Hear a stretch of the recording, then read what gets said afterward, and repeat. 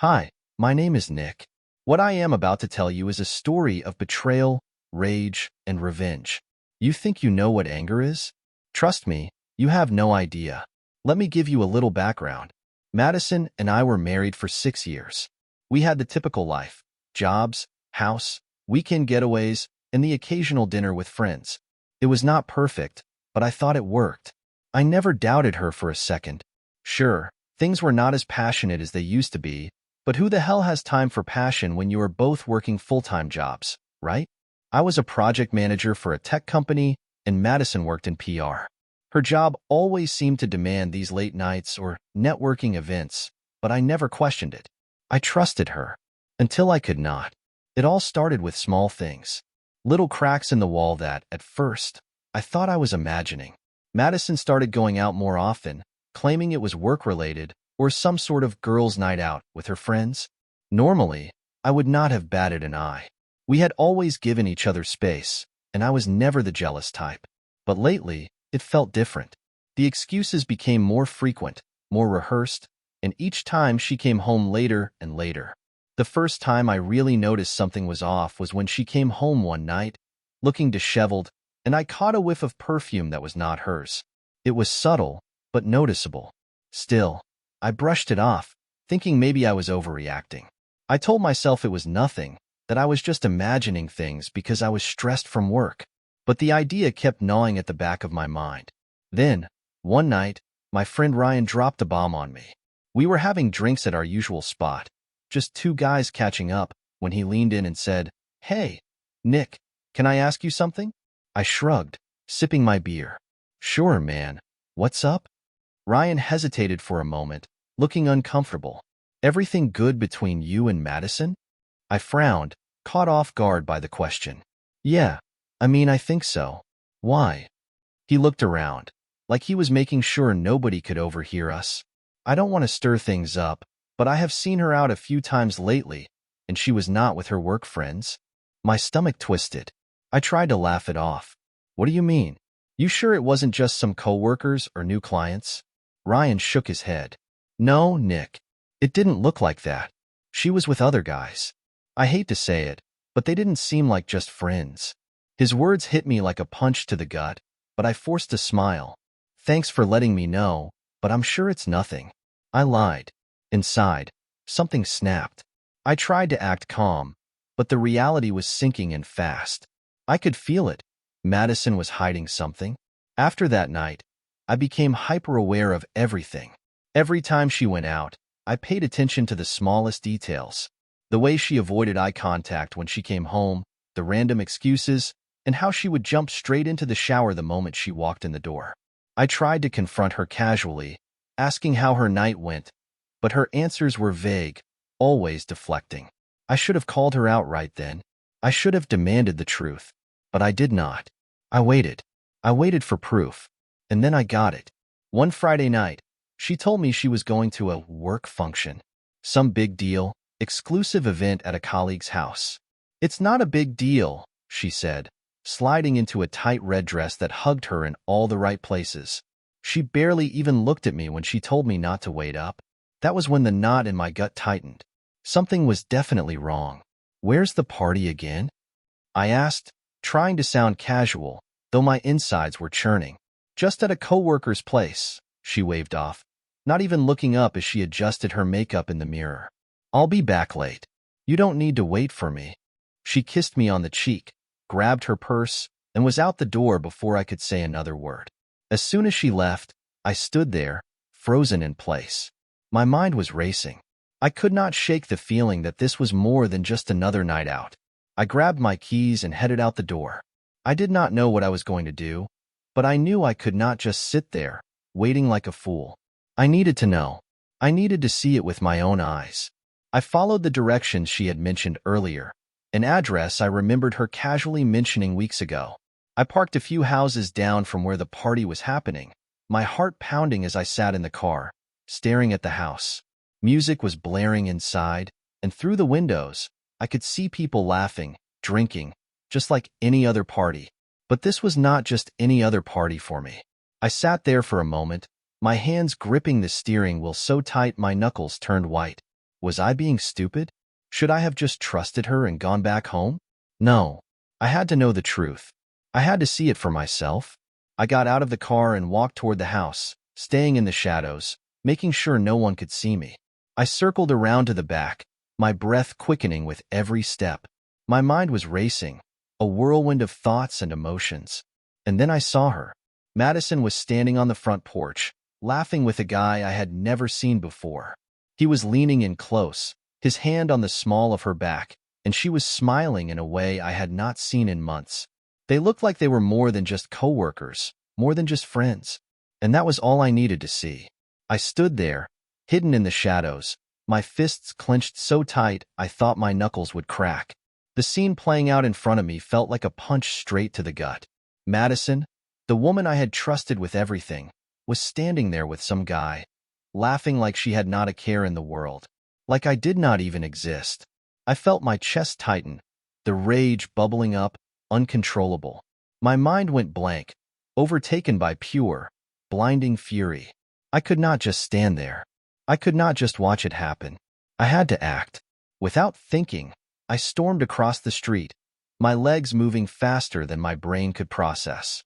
I could feel the blood pounding in my ears, my heart racing. I did not care who saw me. I did not care what I would do when I got there. I just needed to make her pay.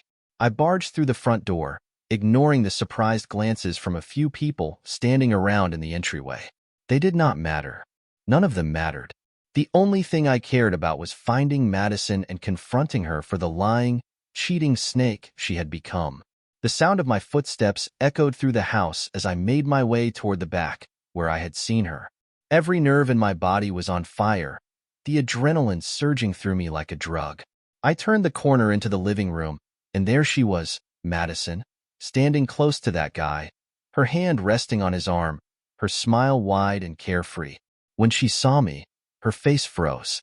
The smile dropped from her lips, and for a split second, I saw the fear in her eyes. She knew. She knew exactly what this meant. Nick? Her voice was shaky, uncertain. What are you doing here? I did not answer her. I could not. I was too angry to form words. Instead, I stepped closer, ignoring the guy standing next to her. He looked at me, confused, not understanding the gravity of the situation. We need to talk, I growled through gritted teeth, my eyes never leaving hers. She took a step back, her hand slipping from the guy's arm. Nick, this is not what it looks like. That was it. That was all it took for me to lose it. Not what it looks like. I snapped, my voice rising. You think I am an idiot? You think I cannot see what is happening here? I could feel my pulse pounding in my neck, the anger seething through me like a fire I could not control. The guy next to her looked uncomfortable, but he stayed silent, not sure whether he should intervene or stay out of it. Nick, please, Madison said, her voice barely above a whisper. It is just a work event. I told you. Do not lie to me. I yelled, cutting her off. I could not stop myself now, the words spilling out before I could even think. I have known for weeks that something was wrong. I have seen the way you have been acting, the way you avoid me, the excuses. And now this? I pointed to the guy standing next to her, my hand trembling with rage. Who is he, huh? Just another coworker? How many more are there? The room had gone quiet. People were starting to look over, their conversations dying down as they realized something serious was going on. But I did not care. Let them watch. Let them see her for what she really was. Madison's eyes darted around, clearly panicking as she realized there was no way out of this.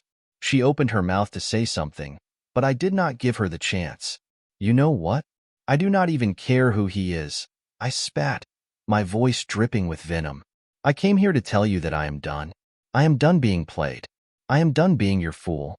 Her eyes widened, and I could see the panic rising in her. Nick, please, let us talk about this. Not here. But I was too far gone to listen.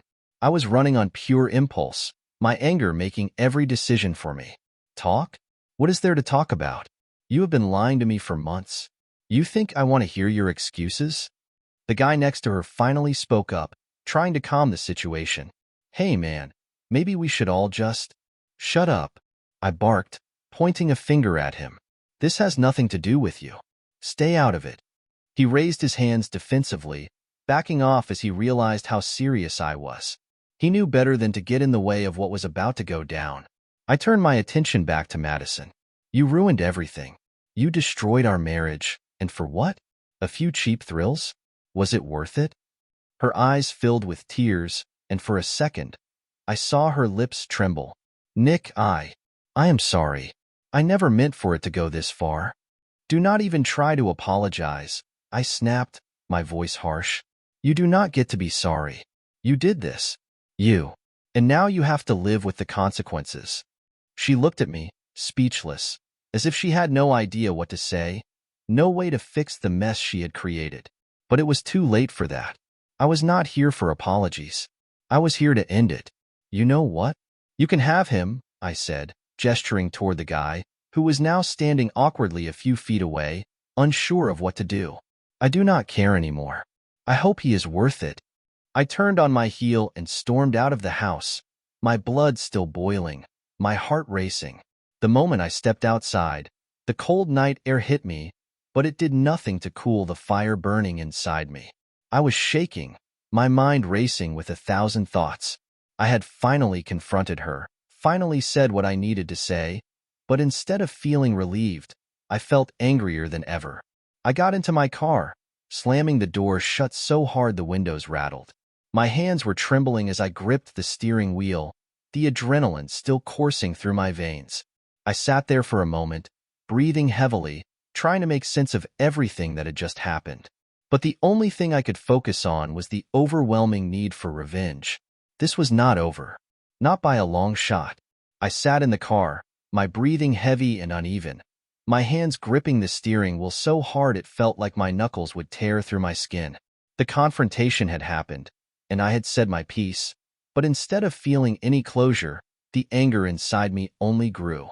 It was like a fire that could not be put out. No matter what I did, the flames kept growing, scorching everything in their path. I knew what had to be done.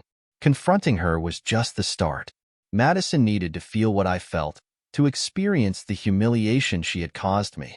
She needed to see how it felt to be broken, torn apart from the inside out. And I would make sure that happened. My mind raced, and before I could even think about it, I started the car and sped away from that house. My body was moving on autopilot, driven purely by rage. I did not have a plan, not really, but I knew where this was heading. I was not going to let her walk away from this unscathed. No, I wanted her to suffer, to pay for everything she had done to me. As I drove, I made a call. I knew exactly who I needed to contact to make this happen. It was not hard to find what I was looking for. In this day and age, everything was available online if you knew where to look. I scrolled through my phone, my fingers shaking with adrenaline, until I found the site I needed. A few clicks later, I had what I wanted: 2 women, available for hire, ready to arrive at my place in a matter of hours. It was not about sex. It never was. This was about revenge. This was about giving Madison a taste of her own medicine, about showing her that I was not the fool she thought I was. I wanted her to walk in and see me with them, to feel the gut-wrenching betrayal that I had felt when I caught her with another man. I pulled into the driveway of our house. No, my house now. I slammed the door shut behind me and stormed inside, pacing through the living room like a caged animal. My thoughts were racing, my heart still pounding. I poured myself a glass of whiskey, downing it in one gulp, the burn doing nothing to calm me down. The doorbell rang, and I flung the door open, already knowing who it was. There they stood, 2 women, dressed to kill, their smiles professionally seductive. I did not care about their looks. I did not care about any of it. They were just tools for what I had planned. "Come in," I said gruffly, stepping aside to let them into the house. They exchanged a quick glance, probably used to dealing with guys who looked a lot more excited than I did. But they did not ask questions. We went upstairs to the bedroom, and I could feel my pulse racing even faster now. Everything had to be perfect. Madison needed to walk in and see exactly what I wanted her to see. The women began undressing, their hands on me, moving mechanically, like they had done this 1,000 times before.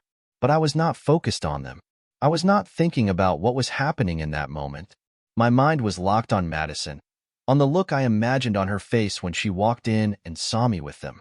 I could not wait for that moment, but it was still too early. Madison would not be back for at least another hour. I told the women to wait, to lounge on the bed like they owned the place. I poured myself another drink, the second glass of whiskey going down as quickly as the first. I needed that burn. I needed something to keep my mind focused because if I let myself stop for even a second, I knew I would spiral out of control.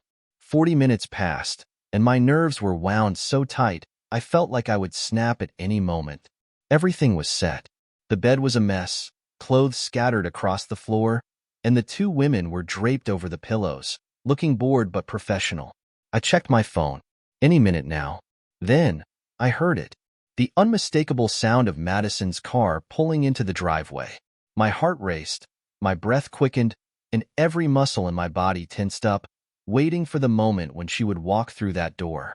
A few seconds later, the front door opened, and I heard her footsteps in the hallway. They were slow, hesitant, like she already knew something was wrong. "Nick?" Her voice called out from downstairs. It was filled with uncertainty, probably sensing the tension hanging in the air. I did not answer. I just stood there, waiting, my hands clenched into fists at my sides. She climbed the stairs, her footsteps getting closer and closer. Then, finally, the door creaked open.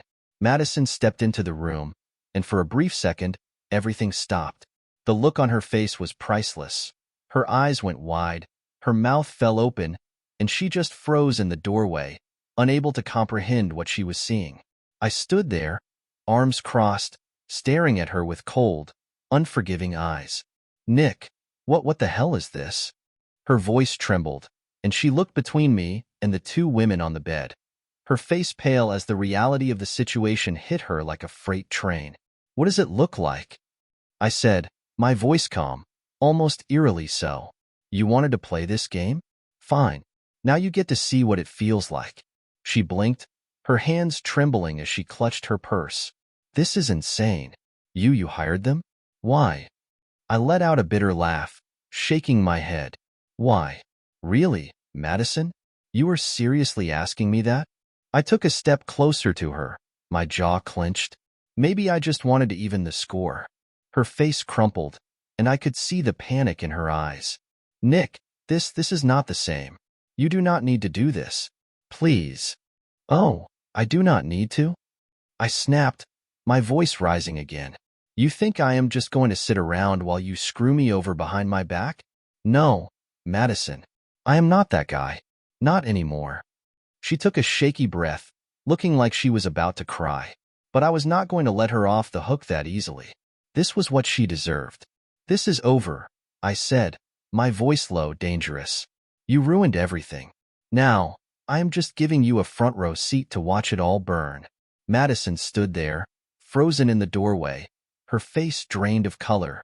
She glanced at the two women on the bed, then back at me. Her eyes were wide with disbelief, as if she could not process what was happening right in front of her. "Nick, this is not you," she whispered, her voice trembling. "Please, let us talk about this. We can fix it." Fix it? She really thought she could talk her way out of this? After everything she had done? After all the lies, the deceit? I could feel the anger surging through me again, burning hotter than before.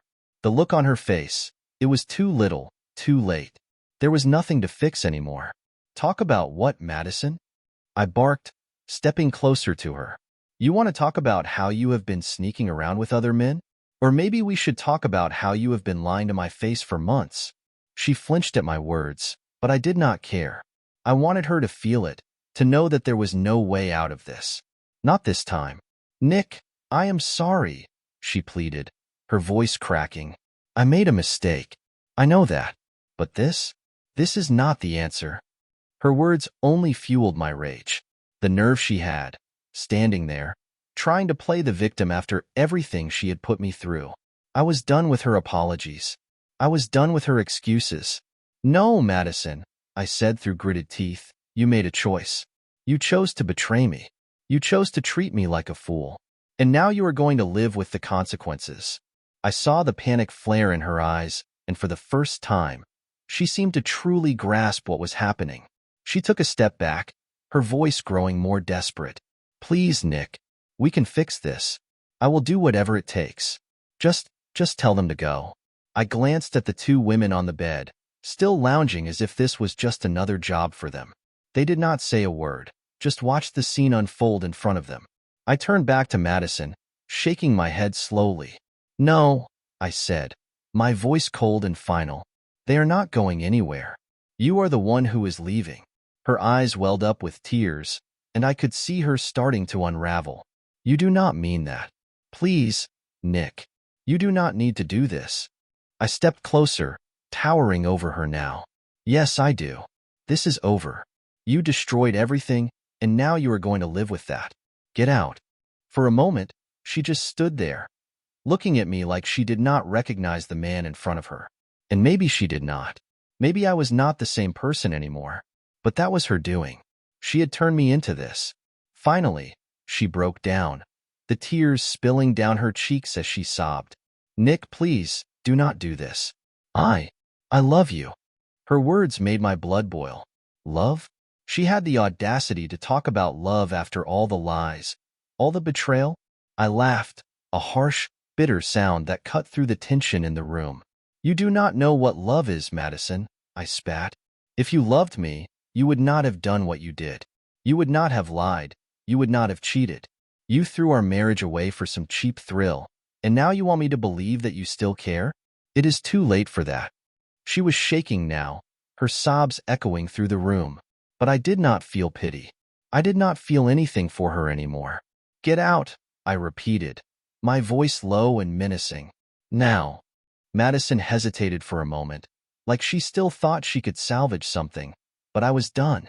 I had nothing left to give her. She turned slowly, her shoulders slumped in defeat, and walked toward the door. But just as she reached the threshold, she stopped and turned back to me, her tear-streaked face contorted with a mixture of anger and desperation. "You are going to regret this, Nick. You think this is revenge? You think you can just throw me out like this and feel better? You are wrong." I stared at her, my jaw clenched. "I am already feeling better." She let out a bitter laugh, wiping her tears angrily. "You do not know what you are doing. You are going to regret this." With that, she stormed out, slamming the door behind her. The sound echoed through the house, leaving me alone with my thoughts. I stood there for a moment, breathing heavily, my fists still clenched at my sides. The house was silent now, the tension hanging in the air like a storm that had just passed. The two women on the bed were still there, watching me cautiously, waiting for my next move. But I did not care about them. I barely even noticed they were still in the room. All I could think about was the look on Madison's face. The way her expression had shifted from shock to anger, from disbelief to desperation. She had finally seen what it felt like to lose everything, to be betrayed, humiliated, and tossed aside like she was nothing. I should have felt victorious. I should have felt like I had won. But as I stood there in the quiet, the adrenaline started to fade, and all I felt was empty, hollow. The rage that had driven me, that had fueled every decision, every action, was beginning to burn out. And in its place, there was nothing, just a void. The house felt too quiet, too still.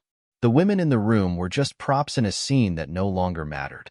"Get out," I said, my voice flat, barely above a whisper. They exchanged a quick glance, but did not argue. They gathered their things and left without a word, the door clicking shut behind them. And just like that, the house was empty. I stood there for a long time, staring at the door, the reality of what had just happened slowly sinking in. Madison was gone. The marriage, the life we had built, the future I had once imagined, it was all gone.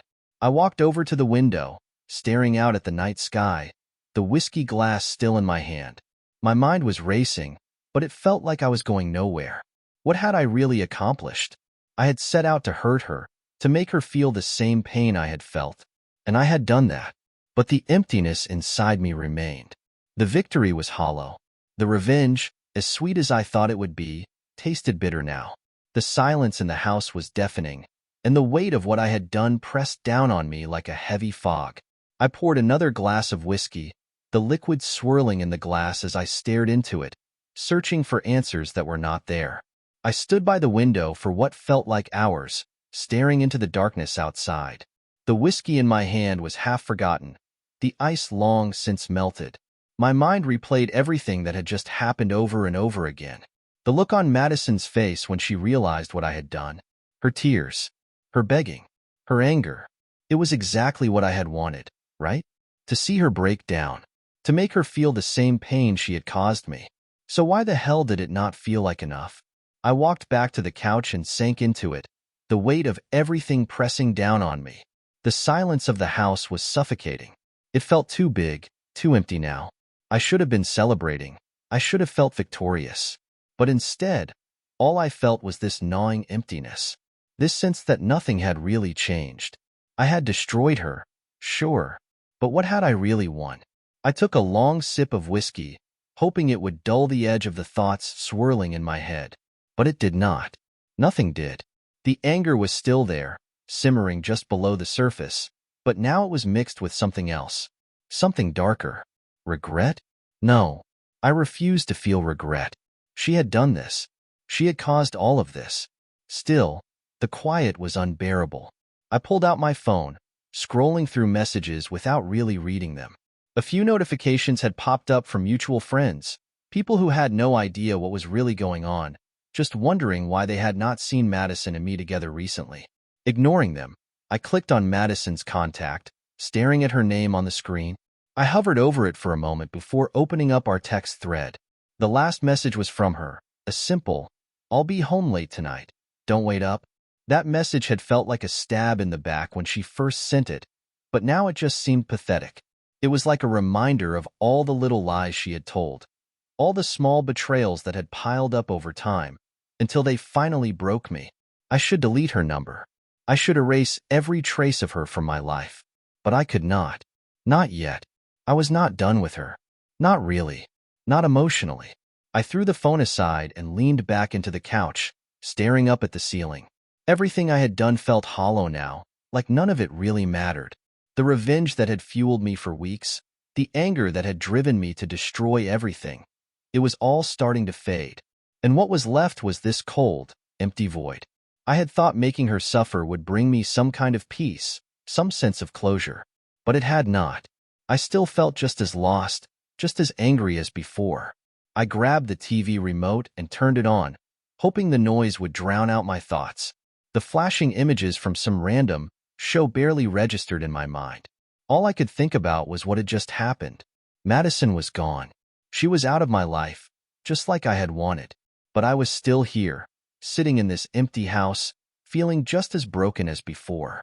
I needed something else. I needed to take it further.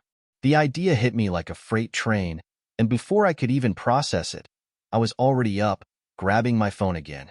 My hands moved on their own, scrolling through Madison's social media accounts. Pictures of us, of our life together, were everywhere. The image we had projected to the world was a lie, and I wanted everyone to know it. Without thinking, I posted the truth. I scrolled through my camera roll until I found it, the picture of her from that night, standing on the porch with that guy, smiling like she did not have a care in the world. I uploaded it, captioning it with one simple line: "This is who she really is." Then, I hit post. I watched the comments flood in almost immediately. Shock. Disbelief. People asking what happened, who the guy was, why I was posting this.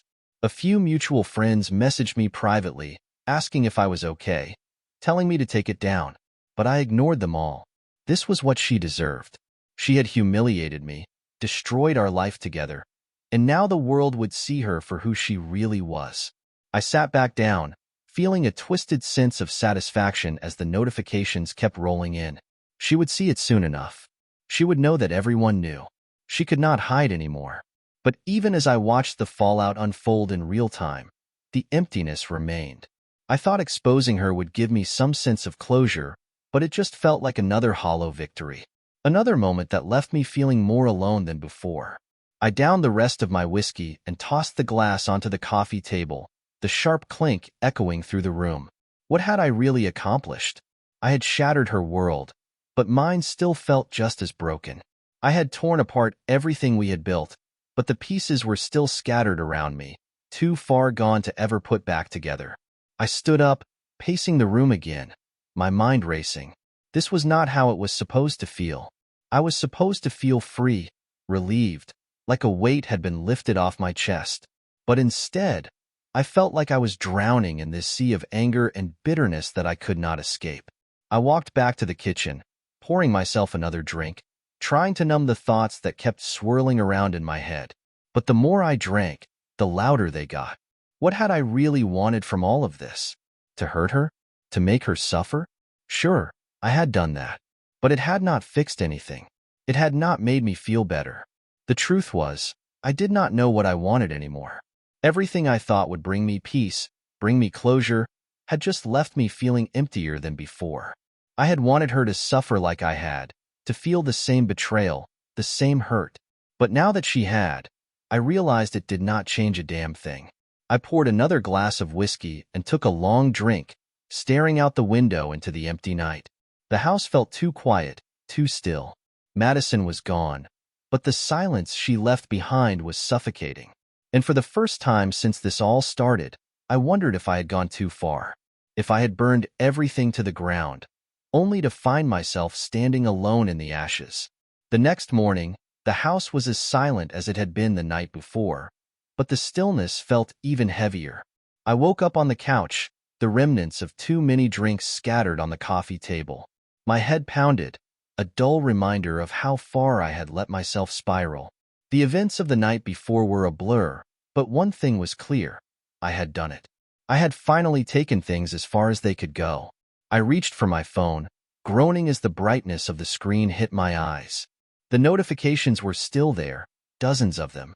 Messages, comments, reactions. I had blown up our lives on social media for everyone to see, and now the wreckage was right in front of me. I scrolled through the messages. People wanted to know what had happened. Friends, acquaintances, people I had not talked to in years. They all wanted details. They all wanted to understand why I had torched everything so publicly. A few messages stood out. Mutual friends telling me to take it down, that I was better than this. Better than her. Was I? I did not know anymore. I tossed the phone aside and buried my face in my hands. My head pounded, but it was not just the hangover. It was the weight of everything. The anger, the hurt, the emptiness that seemed to grow with every passing second. I had thought revenge would fill that void, but it had only made it worse. I had ruined her life, but I had ruined my own just as much. A knock at the door shattered the silence, and for a moment, I considered ignoring it. I did not want to face anyone. I did not want to explain what I had done or why I had done it. But the knocking persisted, louder, more insistent. With a groan, I pushed myself off the couch and staggered to the door. When I opened it, there she was. Madison stood on the front steps, her eyes red and swollen, her face pale. She looked like she had not slept, like the weight of everything had crushed her as much as it had me. But there was something else in her expression, something harder. Anger, resentment.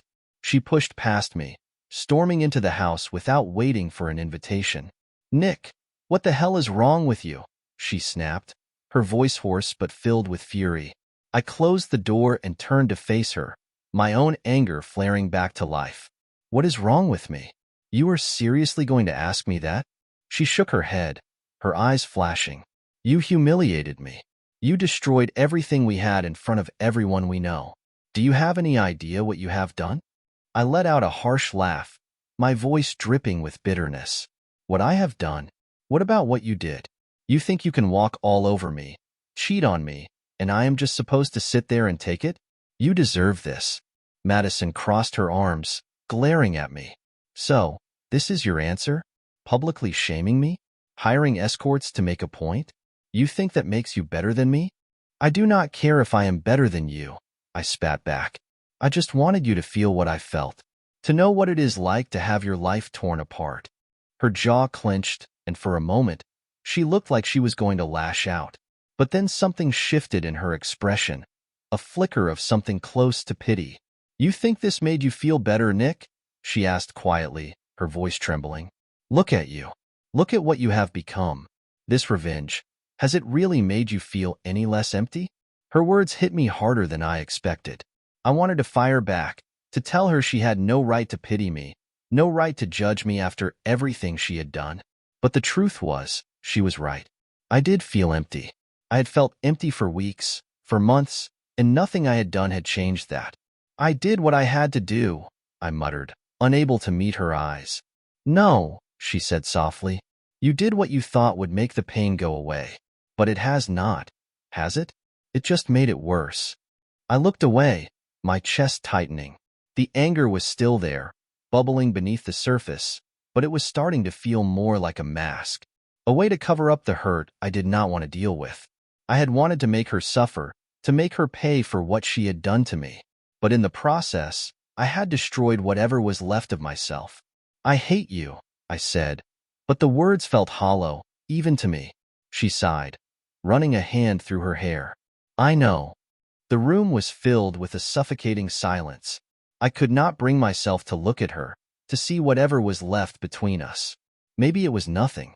Maybe it had been nothing for a long time, and I was just too blind to see it. Or maybe I had just burned every bridge, and there was no going back. Nick, she said quietly, I know I hurt you. I know I messed up. But this, what you did, you cannot come back from this. We cannot come back from this. Her words felt final, like the last nail in the coffin. And maybe that was for the best. Maybe I needed to hear it, to let it sink in, that there was nothing left to save. I had wanted revenge, and I had gotten it. But at what cost? I swallowed hard, finally looking up at her. What now? Madison shook her head, her eyes sad but resolute. Now, we move on. You do your thing, I do mine. But we are done, Nick. You made sure of that.